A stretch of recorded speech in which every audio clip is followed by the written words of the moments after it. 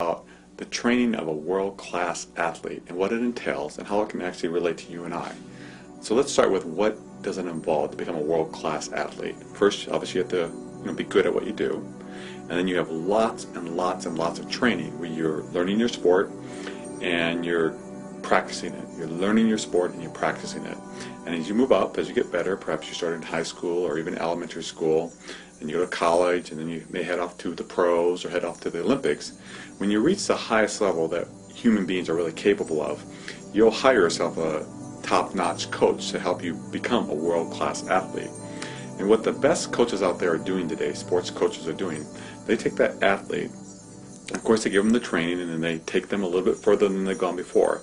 But the most important thing a very good coach will do in today's age is they'll train them when they're finally in the sport, when they're ready to do that race. Let's say you're a sprinter, that you become one with that track and you just run.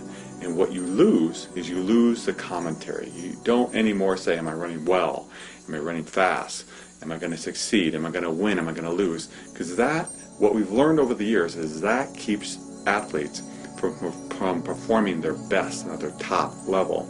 So basketball, you often hear in basketball about being in the zone, where Michael Jordan may be shooting like 4 3-pointers or 5 3-pointers in a row, boom, boom, boom, swish, in they go, in they go, in they go.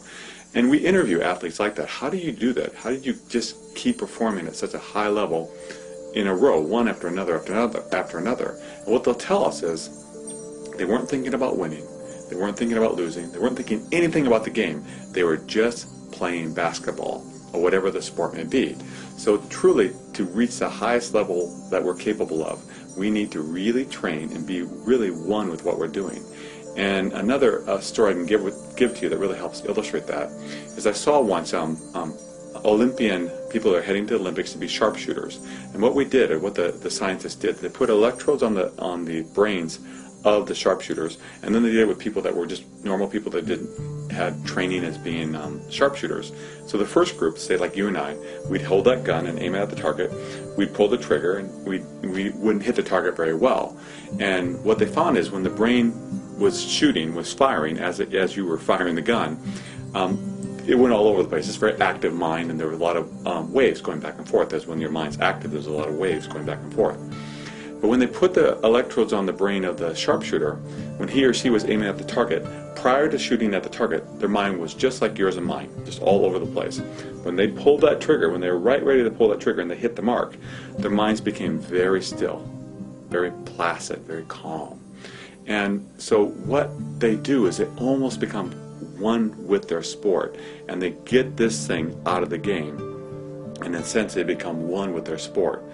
And really, if that works for top athletes, what if we could apply the same principles into our own lives? What if we could perform in the zone with what we do, whether work, relationships, people, anything that we do? We could actually perform it in the zone like a world top athlete. And in the next clip that we'll have on this episode, I'm going to talk about how you do that. But I do want you to know that is a possibility. So stay tuned. Peace. Our first question is from Neil R. in Sydney, Australia. I have a girlfriend that I met on the internet. She moved from America to Australia to live with me. We've been together for a few months now, but it seems that we're not getting along very well, and I'm stressing out from her mood she's laying upon me. I care about her, but her insecurity is draining me of my energy as well as my financial security. This is not the first time that she's been through this in another relationship, but I don't think I can help her anymore. Is there any tips you can give me on how to deal with this? Well, your situation is difficult, and what I see happening here is something is going to be hard because you guys moved in together, not really knowing each other really well. And that in and of itself, you can acknowledge, okay, this is a difficult situation, period. So now, but I'm in this situation, and I care for her, so what do I want to do?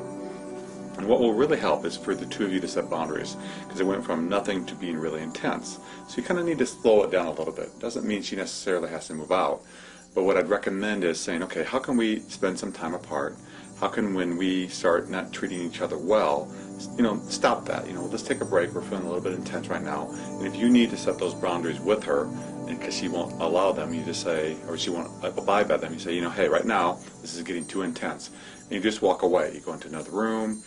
or you say this is going to end, and if you have to raise the bar a bit, meaning you have to get more intense because she's getting more intense, that we lash back. With the intensity comes from moving away. Actually, when the person gets more intense, you move away from them, and then by moving away, that will help the situation dissipate. Kind of like you take away the dynamite, and nothing's going to explode. And by you moving away, often I've talked about a fuse, you make that fuse longer because you're not allowing it to get so intense. So because you have this boundary, I'm not going to let it get intense, and we're going to have more breaks. I'm going to care for her, but we are going to have more breaks. That, I think, will help her to interact with you better, and it will help you when she is having a rough time, and if she is insecure, to respond back to her in a loving way. What do you think?